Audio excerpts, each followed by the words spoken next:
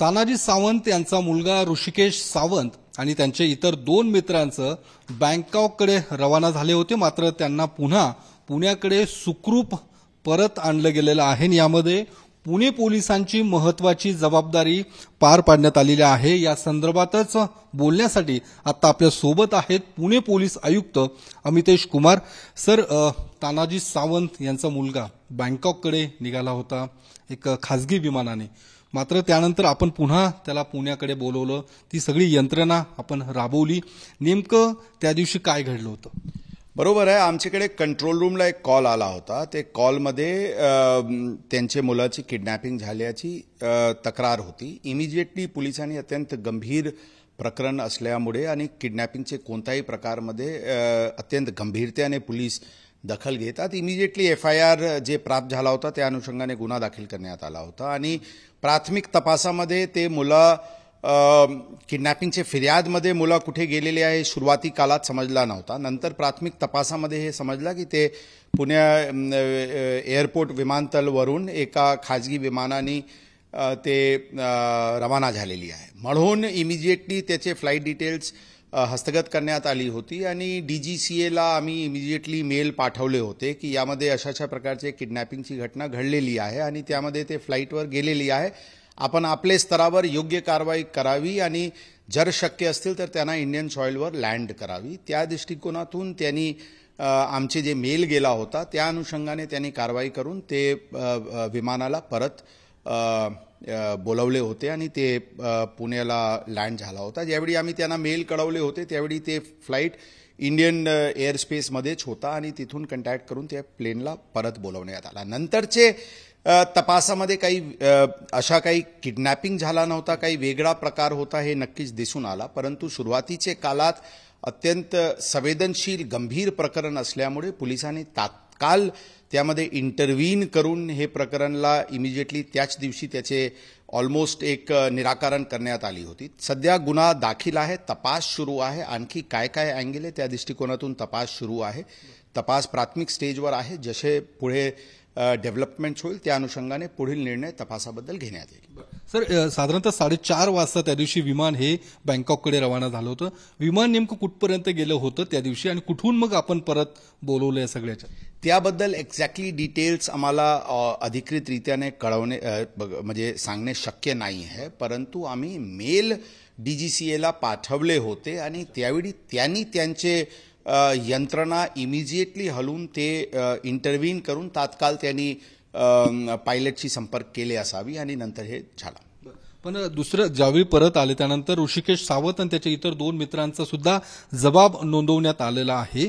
त्या जबाबात नेमकं त्यांच्याकडून काय सांगण्यात आलं? नेमकं कुठल्या कारणासाठी ते तिकडे गेले होते? काय तपासात नेमकं पुढे? ते आता स्टेटमेंट्स रेकॉर्ड करण्यात आलेली आहे, ही खरी गोष्टी आहे, परंतु तपास सध्या प्राथमिक स्टेजवर आहे। या आत्ताची स्टेजवर त्याच्याबद्दल टिप्पणी करणे शक्य नाही आहे। आम्ही सर्व अँगल्सनी त्या सदर प्रकरणात तपास करत आहे। बिझनेस मीटिंग असल्याचं सुद्धा बोललं नाही, अशा काही बिझनेस मीटिंग वगैरेची गोष्टी आमच्या समोर आलेली नाही आहे, परंतु याबद्दल विस्तृतरित्याने काही दिवसात कळवण्यात येईल आपल्याला। सर, या सगळ्या याच्यात काही खर्च 68 लाखांची काही खर्च आला असं सुद्धा समोर आलंय, पोलीस तपासात काही पुढे आलंय? ती वेगळी गोष्ट आहे। यामध्ये आपल्याला लक्षात ठेवावं लागेल की हे एक किडनॅपिंगची कंप्लेंट होती आणि खरं फिर्यादी यांना त्यावेळी फिर्यादी आणि त्यांचे कुटुंबाला त्यावेळी अत्यंत ते घाबरले होते, कारण त्यांना तसं वाटत होता की ते किडनॅपिंग झालेली आहे। आता त्यांचे जे धावपळ आणि त्यांचे जे पोलिसांकडे धावपळ हे स्वाभाविक आहे आणि पोलिसांच्या दृष्टिकोनातून हस्तक्षेप करणे अत्यंत गरजेचे होता, कारण जर फ्लाईट फॉरेन टेरिटरीवर लँड झाले असतील तर तिथून पोलिसांना इंटरव्हीन करणे अत्यंत अवघड प्रक्रिया होऊन जाते। म्हणून पोलिसांनी तात्काळ दखल घेतली आणि तात्काळ दखल घेतल्यानंतर ही सगळे घटनाक्रम झाला। जर याचे हे काही अपवादात्मक घटना घडण्याची शक्यता पण त्यावेळी नाकारता येत नव्हती, म्हणून पोलिसांनी अत्यंत संवेदनशीलतानी आणि लवकरात लवकर हस्तक्षेप करून ही प्रकरणला ऑलमोस्ट एक राईट मार्गावर आणून ठेवलेली आहे। पण मग सर, ज्या पद्धतीने त्या तानाजी सावंतांनी या संदर्भातली अपहरणाचा तक्रार दिली होती, चर्चा ही पण एक खोटी तक्रार देण्यात आली होती, त्या संदर्भात काय? काही गोष्टी नाही आहे। ज्यावेळी ते स्वतः आमच्याशी सुरुवाती सुरुवाती कालातच बोलले होते, सुरुवाती कंट्रोलला कॉल आला होता आणि आम्हाला पण बोलले होते. ते अत्यंत घाबरले होते आणि आपल्याला एका वडीलचे दृष्टिकोनातून त्यांना बघावा लागेल. त्यांना त्यावेळी अशी प्रकारची घटना घडली आहे असा त्यांचे समज झाला होता आणि त्यांना घाबरणे हे अत्यंत स्वाभाविक आहे.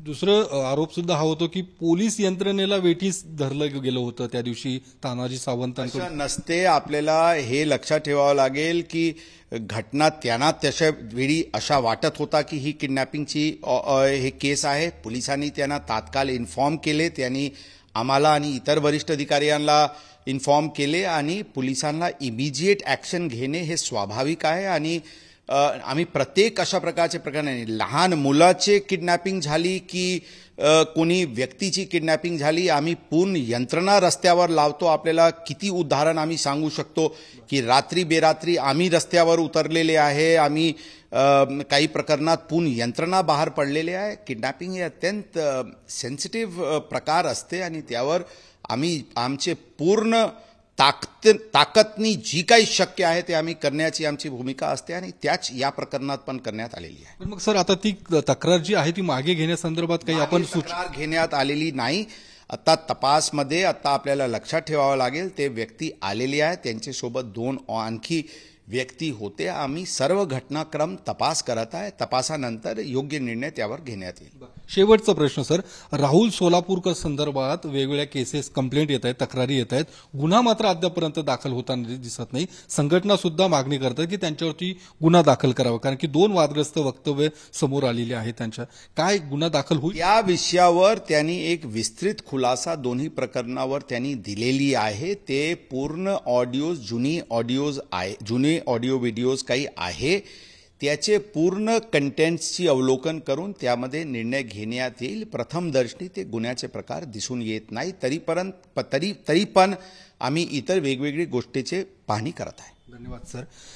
कॅमेरामन विशालसह योगेश बोरसे, TV9 मराठी, पुणे.